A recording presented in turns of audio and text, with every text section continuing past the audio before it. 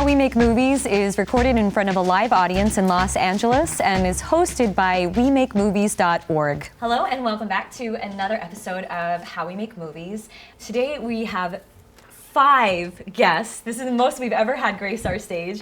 I'm so excited. It's the part of the cast, the writer, the director, and producer of the new film Saving Lincoln. Do you guys want to see the trailer? Yeah. Let's watch the trailer.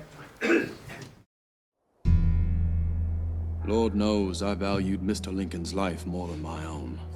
But keeping him alive these past 4 years was nigh on impossible. No president has ever stood in the field of battle. Lieutenant, remove Marshal Lamon from the fort. This is your evidence for the claim I need no guards? Killers are coming, Mr. President. It is the enemy's only hope. There exists an organized plot to assassinate me. You went to the theater unattended. I will be spared until my purpose is accomplished. Mr. President, win or lose, we keep hitting. You have lost your own people, sir. 3 years of slaughter and no end in sight. That we here highly resolve that these dead shall not have died in vain. I could not mourn my own brothers, lest the papers call me a traitor. The lack of any success exasperates Europe. They speak again of interceding. If that happens, all is lost. Jill, I need a victory. Something to show that the ship of state is not in fact rudderless. The Lord heard our cries, Mr. President. The cries of my people. And he remembered us. And he sent you to deliver us. The President of the United States! 1, 2, 3, 4, 5, 6, 7, 8, 9, 10.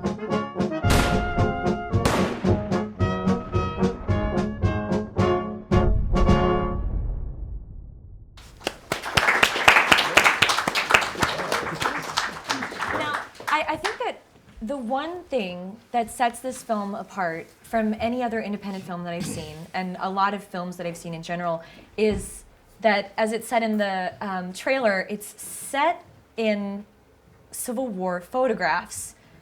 Explain that to me. So we had an epic story to tell. Okay. And an indie budget to tell it with. As usual. And so we had to figure out a way to do it.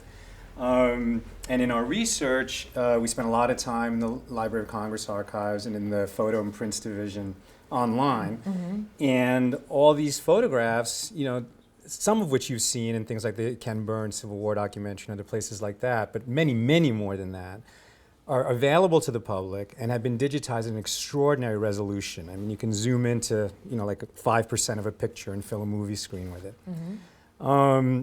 And so, I would see these images and I would just think about the scenes taking place there as Nina and I were writing it. And then at a certain point, I'd seen movies like Sin City and Sky Captain in the World of Tomorrow, mm-hmm. 300, where they built whole movies, all the environments, in post. And I said, we could do this. We could do this. We could just shoot a movie in that style, green screen, and make the environments out of these photographs. I'm not sure how we do that, but it can be done. I'm sure it can be done. We'll figure it out in post. We'll figure it out. Famous director's last words. So thank God I met Ruben, who heard the idea and got it and grasped it, and said, well, yeah, that's possible, but it's going to be far more involved than you think. And we started a pre-visualization process where we did a lot of testing. Mm-hmm. We brought in some great people. And we just experimented until we had a system that we knew, or at least were confident would work. And what did you coin this? Cinecollage. Cinecollage. I named it Cinecollage. And you are the inventor of that word. I am. I coined that term. All right. So here you have it. first guy that came up with Cinecollage. So you took the photos from the Library of Congress, and the entire film was shot on a green screen. The entire film on one stage here in downtown. What were some of the challenges as actors? Yeah, you can imagine. You have to imagine. Luckily, and Sal was very good about this, he chose all of us because we had some stage experience. So I think that gives an actor a leg up. I mean, certainly film actors have to do their share of imagining, but quite frequently you're in a practical location, you're actually where you're supposed to be, that kind of thing. But in this case, we were in a green void with furniture. Did you have to do a lot more prep work than usual? I mean, you walk onto a regular set and it's there for you. Well, what was great was we could actually go to the monitors and see a mock-up of where we were, Okay. which I thought helped tremendously. Mm-hmm. Yeah, we rough.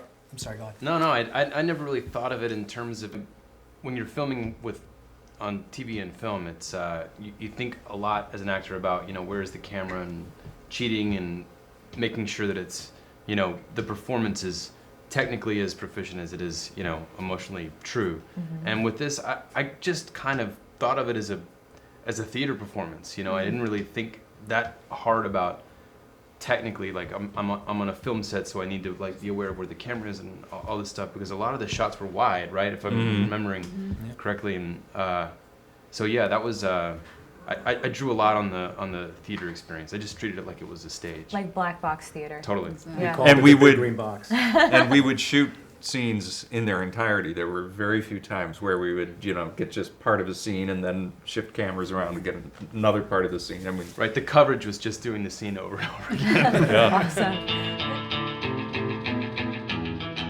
Social media is still very new. A lot of people are still discovering it. They're trying to figure out exactly how to maneuver it and, get it to do what they want, which is get your film out to as many people as possible. And you've had quite a bit of success. Ruben, how many followers do you have on Facebook? Well, we currently have over 40,000 fans on Facebook.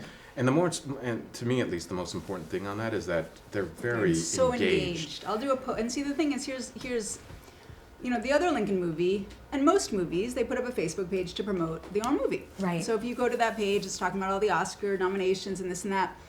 We've been doing our Facebook page for a year, and it's just simply content about Lincoln, about the Civil War. Oh, interesting. And there's so many people out there that are really into Lincoln and really into the Civil War and just looking for content. And so, we'll post about the movie once in a while, but mostly it's just content on the Civil War. You're using Facebook as a means of leverage to market yourself to people that are already passionate about the subject. Well, I would say, I think Nina struck on a very important point. When we first struck out to do our Facebook page, it was very important to us not to, just use it as a means of advertising. Right. And Sal and Nina had done so much research over the years on the film. To me, that, a lot of times we do that for our films, right. And then we forget that all of that research that we do may be inside our heads, but the audience kind of wants to know about it too. And when you put it out there, and Nina has been really the driving force behind sharing so much of that research that's been happening, and Sal as well, on our Facebook page. And what that builds is a conversation and a community. And it creates all these levels too, where we'll put up a post, someone might respond to it, someone might send us an image they want put up, and each of these things generate more and more conversation. Sometimes you look at one of these posts that might generate thousands of likes and shares, and then you look at the comment threads on them. That's a whole world you can go into, and there's a whole ecosystem of people who will, complain about one thing from the left and the right. They have these little arguments, and then some other Facebook fan will come in and start mediating that. It's really exciting. But it's encouraging participation. It always ends up being about the debt ceiling somehow. Somehow. How that happens.